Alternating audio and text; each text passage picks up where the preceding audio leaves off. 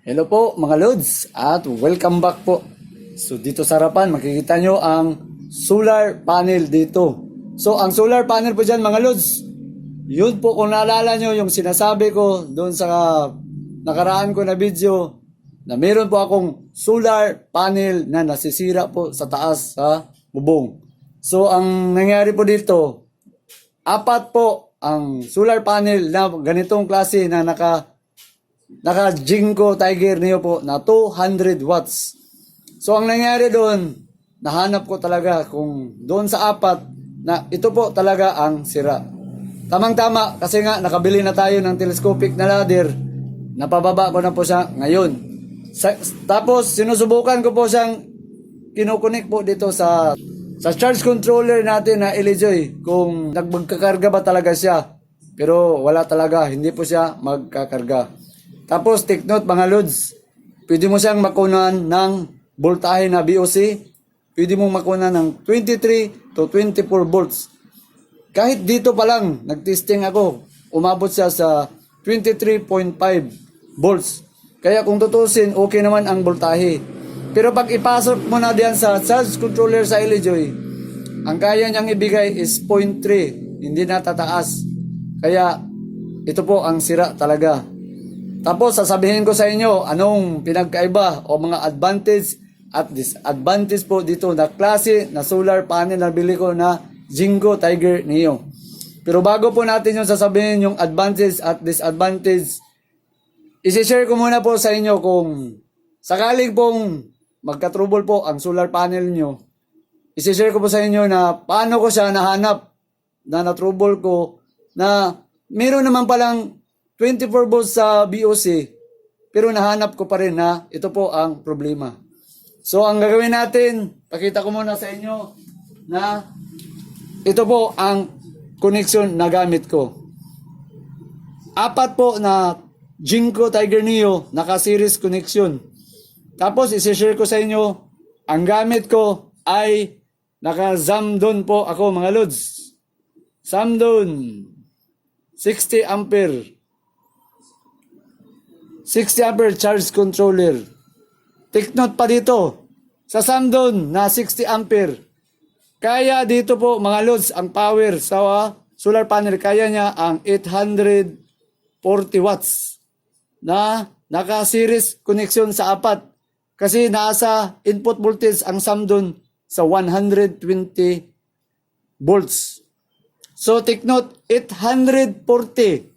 Kadalasan po sa 60 ampere na charge controller hanggang 740 lang po ang kaya niyang ibigay. Kaya hindi yan pwede dito kasi apat 800 yan.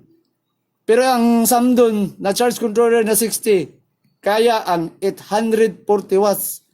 Sa 12 volts pa lang. Pero kung mag 24 volts ka dito, 24 system ang gamit mo, kaya sa 24 volts kaya niya dito ang 1,600 watts. Oh, isipin mo, pwede kang gumamit ng tatlo dito na 500. Sa solar panel, pwede. So, yun ang malaking advantage doon sa Zamdon. So, ang nangyari dito mga Lods, so balik na tayo dito. Paano natin trinobol ang solar panel natin na ito ang damage? Kung tutusin, tinag-tester ko dito bawat isa sa solar panel. Nakakuha po ako ng 20 plus na BOC. So, paano mo mahanap na may voltahe naman pala? Bawat isa, pag nakatap na po ito sa charge controller sa BMP, mayroon pong 18 volts na makukuha na voltahe sa bawat isa. Kapag nakaseries po lahat, times 18 times 4 po ito. So, dito, magakuha po kayo ng 72 na voltahe na nakaseries ang apat. Pero doon po sa charge controller ko, umabot na lang ng 60 plus, minsan 50. Doon ko nakita na may nagloko po dito sa solar panel natin.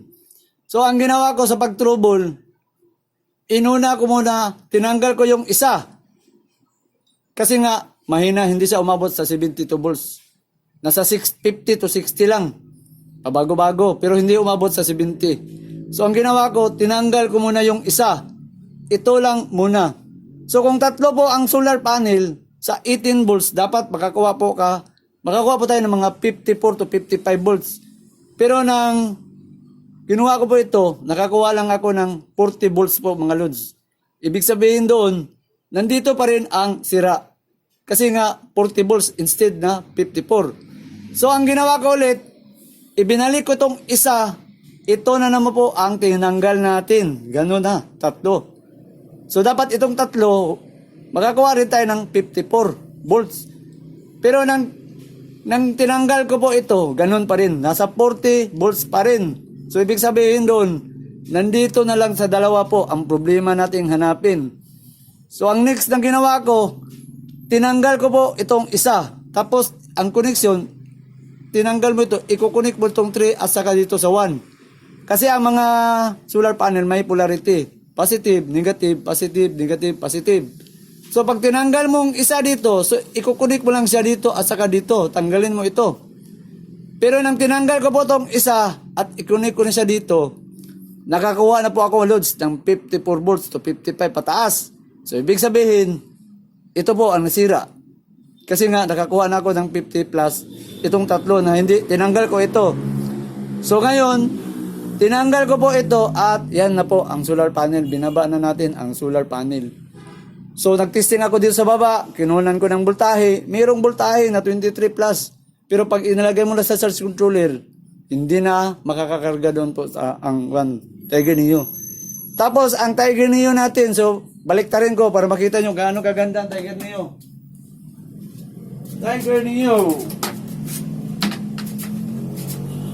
O yan, ang Tiger Neo natin mga lods. So ang Tiger Neo natin, 1 taon ko palang nagamit, nasira na. Sabi nila, may 2 years daw na warranty. So dito sa amin, nasa Mindanao po ako. So mahirap ng isa uli. Tapos, kung titingnan mo, sabi pa nga nila, 25 years daw masira. Pero 1 taon pa lang, nasira na. So dito po sa harapan, dito, nagbabol po ito dito sa harapan. So ngayon may ipapakita po ako sa inyo na yung sinasabi ko na advantage at disadvantage. So bubuksan natin yung terminal. Kita ko sa inyo. Oh, yan. Ano mga lord, makita mo? Kung makita mo, naka-ceramic na insulated po sa loob.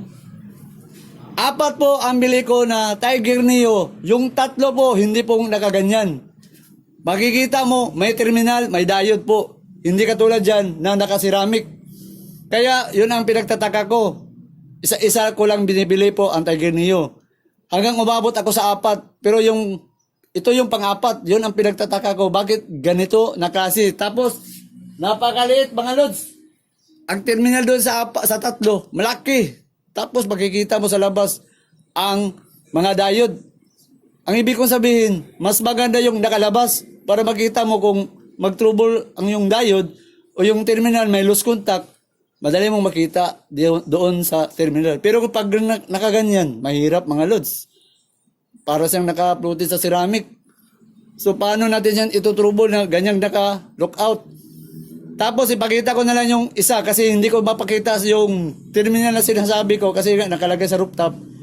Ipapakita ko na lang yung isang solar panel na kapareho po talaga yung design. Although hindi po ito naka-bifacial, naka-monocrystalline lang. For demo purpose lang, naipakita ko sa inyo na ganito po ang terminal sa 3 na Tiger Neo na nagamit ko. Hindi ganyan. Ganito po ang hitsura. Tapos bubuksan natin ito para makita kung ano ang ibig kong sabihin. Ayan. Okay. Kaya mga lods, so palapit ko na lang. Ayan, makita ba? Ito dapat ang magandang klase na solar panel na kaganito. Kasi makita mo ang diode dito at saka ang terminal sa solar panel. Pwede kang mag-tester dito kung maganda ba o hindi o may voltahe. Tapos makita mo yung terminal talaga nakalabas. E paano kung nakaganon ang shield? Paano mo yan ito-trouble? So possible baka basagin ko na lang yan. Kasi nga, hindi naman magagamit, hindi na magkakarga. Pero mas maganda sana kung ganito. Nakalabas ang diode. Tapos pwede kang mag-tester o baka may lumuwag ganun. Makikita mo dito mga lods. Yun lang isang pinagtataka ko. Bakit yung ika-4 ko na solar panel na Tiger Neo, yun po na nakuha ko. Tapos napakaliit pa. Hindi katulad dito. Ito 100 watts. Makita mo naka Qualpol. Qualpol brand po ito. 100 watts. Pero mas maganda yung terminal. Kaya kung bibili ka ng solar panel, mas magandang ganito. Kaysa ganun. Kapag nagkaganon po mga lods, nako, mahirap mag-trouble ng ganun. O ngayon, paano ko yun ito-trouble? May voltahe nga, pero hindi naman magkakarga sa amperahe, sa battery. So, possible. Babasagin ko na lang yan para makita ko sa loob. So, i-modified ko kung pwede pa ba siyang magamit. So mga lods, susubukan ko na lang itong i-repair kung pwede pa siyang i-repair. Kaya pag-comment na lang po sa baba kung may gusto po kayong itanong dito po sa solar panel natin na nasira. So hanggang sa muli mga lods at maraming salamat po sa panonood.